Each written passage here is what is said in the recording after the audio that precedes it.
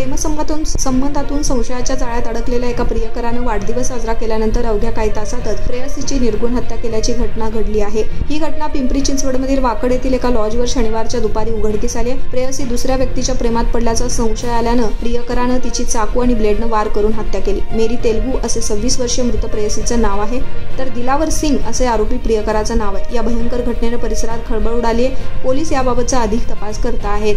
10 ऑक्टोबरला प्रेयसी मेरी तेलुगू हिचा वाढदिवस होता। मेरीच्या वाढदिवसाचं सेलिब्रेशन करायला दोघंही वाकड येथील एका लॉजवर गेले। यावेळी ही हृदयद्रावक घटना घडली आहे। आरोपी दिलावर सिंग यानं त्याचा वाढदिवस देखील साजरा केल्यानंतर दुसऱ्या दिवशी त्यानं मेरीची हत्या केली आहे। मेरी ही डीमार्ट मध्ये काम करत होती, तर दिलावर हा हॉटेल व्यावसायिक आहे। सुमारे 6 वर्षांपूर्वी इंस्टाग्रामवर त्यांची मैत्री झाली आणि त्याचं रूपांतर प्रेमात झाले। गेल्या काही दिवसांपासून दिलावरला मेरीवर संशय होता। मेरी त्रयस्थ व्यक्तीच्या प्रेमात पडली असा संशय त्याला आला आणि या संशयातून त्यानं हे भयंकर कृत्य केलंय।